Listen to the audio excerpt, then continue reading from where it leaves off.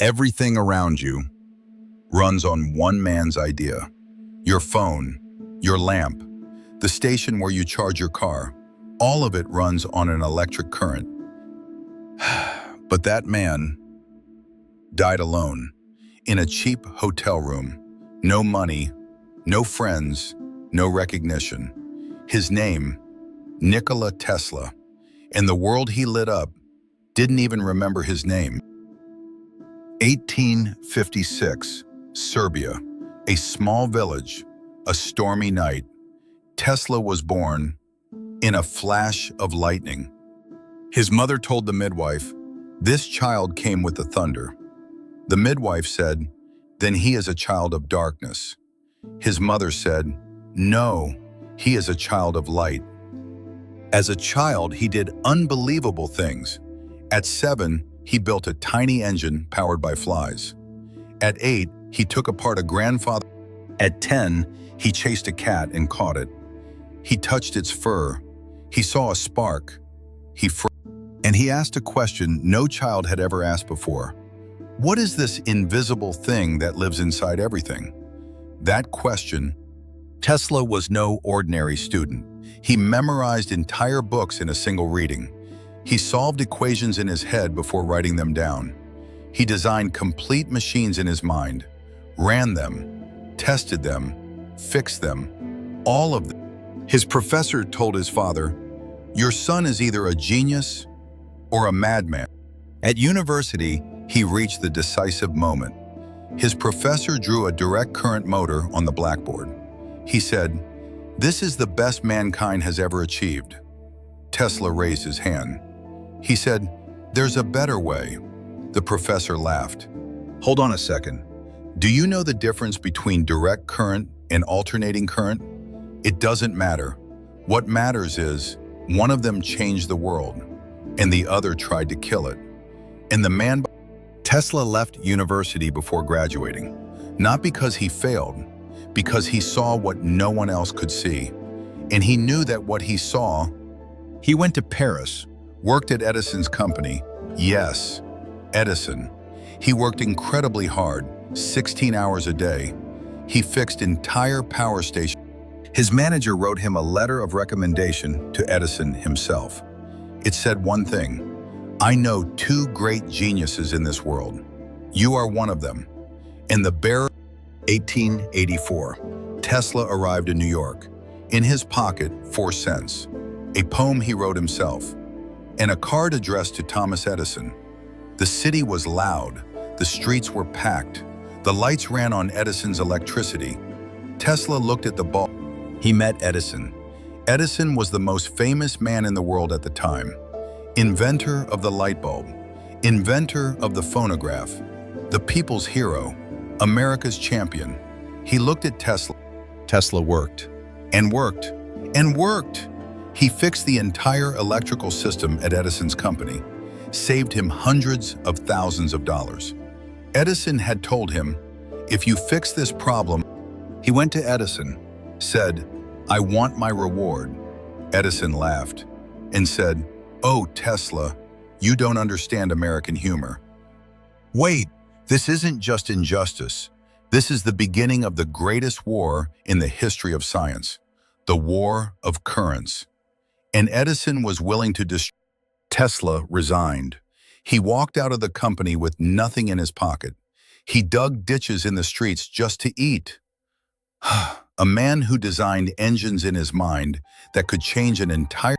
But in that dark period, he did one thing. He never stopped thinking. 1887, Tesla found an investor and established his own laboratory. And in 1 year, he filed 24 patents. Alternating current, the induction motor, the power transmission system, everything our world runs on. George Westinghouse read about him and rushed to meet him. He paid him $1 million, bought his patents. Edison heard the news, and he was furious because Edison built his entire empire on direct current, a current that needed a station every 2 miles, expensive, limited, only serving the rich. Tesla's current It transmitted electricity for hundreds of miles. Cheap. Edison didn't sit still. He launched a brutal media campaign. He sent teams to schools. They electrocuted animals with Tesla's current in front of people. Then they'd say, "This is the killer electricity." He invented the electric chair and made it run on Tesla's current. Even death, he used against him. Stop. Edison wasn't a monster. He was afraid. And a frightened man is more dangerous than an evil one. Because fear doesn't need a just. The great battle came in 1893, the Chicago World's Fair, the biggest event in American history at the time. 25 million visitors. Who would light the fair? Edison or Tesla? Edison demanded an outrageous price. Westinghouse and Tesla submitted a bid at half the cost. The night of the fair's opening, the president pressed a single button. 100,000 light bulbs lit up in an instant. The crowd screamed, some wept. Tesla stood in the shadows. After the fair, Tesla was famous. Westinghouse wanted to pay all the agreed royalties, millions of dollars. Tesla looked at him and said something no mind could. "I'm tearing up the contract." Westinghouse's jaw dropped. He couldn't speak. Tesla said, "Make your electricity reach everyone. That's enough for me." Because in his mind was an even bigger dream. He wanted free energy for the entire world. He wanted a tower that would broadcast electricity through the air for free. Just like radio, but for power. Every human being on Earth. Wait a moment, do you realize what this means? Not just an invention, a revolution against every economic system in the world. No power companies, no bills, no control. That J.P. Morgan came to him, the richest man in America. He funded the Tower Project, built him a laboratory in New York.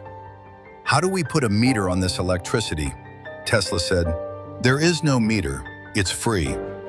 Morgan went silent, then cut the funding, because Morgan wasn't funding science. The tower stopped halfway through construction. Tesla lost everything. His laboratory burned down. No one knows how. The newspapers began to write, "Tesla."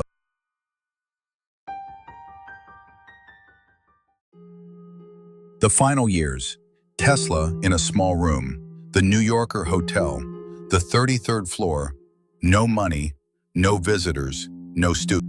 He fed pigeons from his window every day. He grew to love pigeons more than people. He once said, "Pigeons." On January 7th, 1943, they found him dead in his room, completely alone. He was 86 years old. In his pocket, the American government entered his room immediately, seized all his papers, all his notes, all his blueprints, and classified them. Why? Because some of what he left behind was. Stop. Think. The man who lit the world died in darkness. The man who wanted free energy for everyone died penniless. The man who had everything stolen from him, the world still runs on his ideas to this very moment. Is this injustice?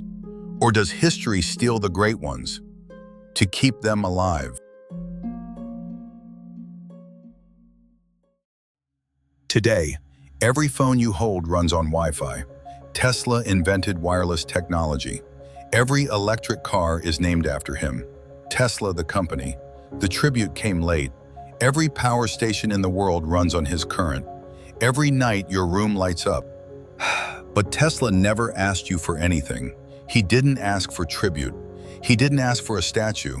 He didn't even ask you to know him. He wanted only one. Tesla once said, "I don't care that they stole my ideas. I only care that those ideas will change the world." And they did. The lesson isn't about Tesla. The lesson is about you. How many times did you abandon your dream because no one funded it? How many times did you sell your idea for less than it was worth? How many times did you hear, "That's impossible," and believed it? The question that will haunt you tonight, If you knew the world would steal your idea and never remember your name, would you still do it? Tesla did. And the answer about your true character isn't in what you say. It's in what you do after this video ends.